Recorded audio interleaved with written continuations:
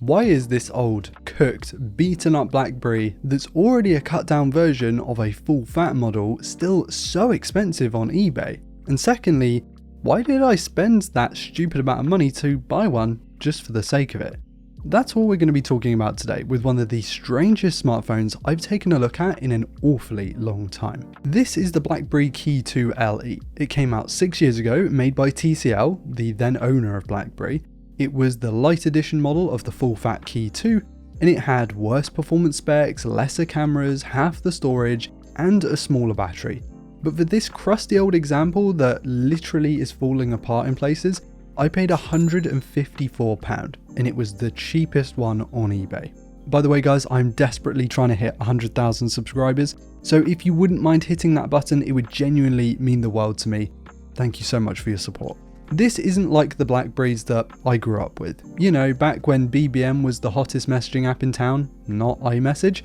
No, unlike those phones, the Key 2 LE is clearly an actual smartphone. It was actually the last Blackberry ever produced, the latest and greatest model if you will. TCL priced it at £350, which put it squarely in the upper mid-range market. It had a Snapdragon 600 series processor with 4GB of RAM, and it ran Android. Actually, one of the most interesting and wild things about the Key 2 LE is that it never got a platform upgrade. It released with 8.1.0 Oreo, and that's exactly where it stayed until this day. I know it was rare for phones to get more than a very small handful of updates back in the day, but not getting a single new version of Android is pretty nuts, and is part of the reason why this thing just didn't succeed. I know the Key 2 LE as a concept is quirky in itself, but Blackberry put in some really cool little touches to make it really unique. That spacebar, yeah, it doubles as a fingerprint reader. You could map almost any button on that keyboard to do anything, and there's even a dedicated assistant button on the side. The keyboard is fully backlit, although mine has seen better days. Oh, and remember expandable storage and the headphone port?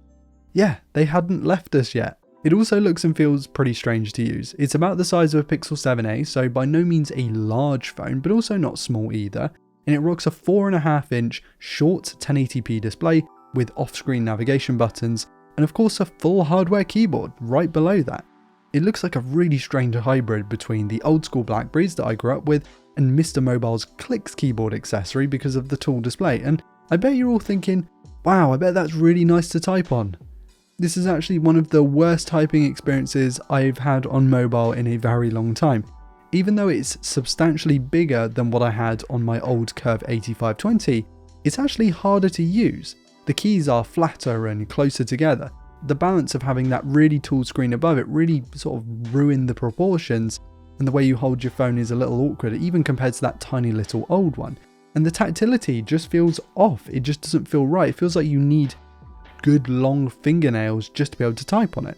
I get what they were trying to do here, like you'd assume hardware feedback would be far easier to type on than a touchscreen, but smartphone keyboards have become so good that kids these days type faster on those things than we used to type on full fat keyboards back in the day, which absolutely blows my mind.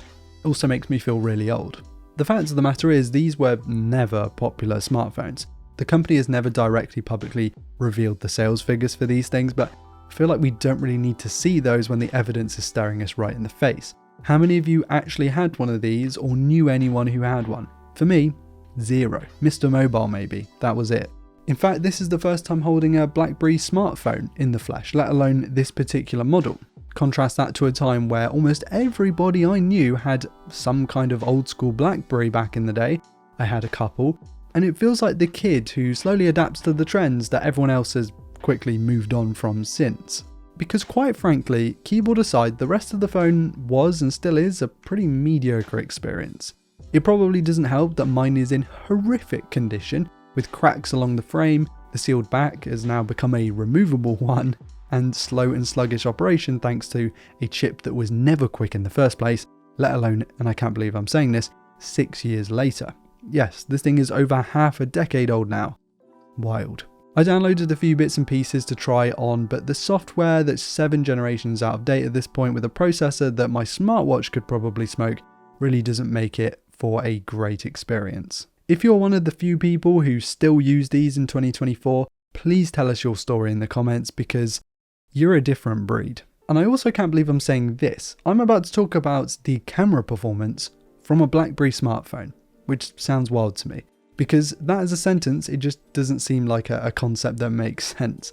But I did take a few images just for the fun of it. And on paper, this is a pretty underwhelming 13 megapixel main sensor with a tiny little sensor and a 5 megapixel secondary depth camera.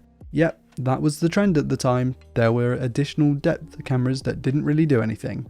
The Key 2LE could shoot Ultra HD 4K 30fps video, but the expectations were low for this thing even back in 2018. But you know what, even if you go in with those crazy low expectations, the results aren't awful. Like, these aren't rivaling any 2018 flagships, let alone 2024 ones, but they aren't an abomination, and I think we can safely say that this camera isn't a potato, although probably getting quite close, even by 2024's lofty standards.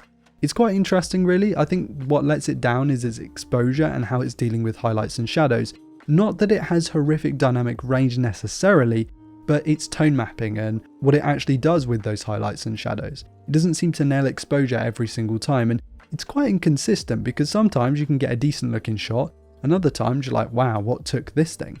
I'm sure this could be fixed with a quick install of Gcam APK, but since I went into this whole thing thinking the camera would be awful, I came out positively surprised. The screen is also pretty mid if I'm honest. It's still utilising IPS LCD tech when many of the competing smartphones had started to move to OLED like the flagships had done a few years before. And the 60Hz refresh rate certainly doesn't help the middling performance hardware. It just feels so unresponsive and almost laggy. The battery life might have been okay back in the day, but it's certainly not now. Even though mine has a removable back now, I'm not going to be swapping out the battery anytime soon. And honestly, I can't get over just how beaten up this model is. It was half the price of the next cheapest option, which I'm sure played a part in that. But for 150 quid, I was honestly expecting quite a lot more. The Key 2LE's concept is really cool, and I can see why some people really want to see BlackBerry's return. Physical keys will be king for some select people, and for a long time, I thought I was one of those, but now that I've tried it out, it's made me appreciate the touchscreen keyboards that we're used to today. They're actually really good and have been optimized over time. I know some people can't get on with them, and that's fine, different strokes for different folks. It probably helps that our phones these days are ginormous, which makes the keyboards that much bigger, but I digress. Well, at least I found out why this thing's so expensive. No one bought one, so there aren't many out there. And those that are out there, looking by this thing have probably been destroyed. The ones that haven't been destroyed are being held onto by those who really want a physical keyboard and don't want to go and chuck a few $100 at Mr. Mobile. The downfall of BlackBerry is a real shame, and something that someone should genuinely look into, because the last ever BlackBerry is one of the wackiest smartphones I've ever used, and there's a void for wacky stuff right now. It's refreshing to look at something that doesn't follow the status quo. Maybe the company will return one day. I sure hope so.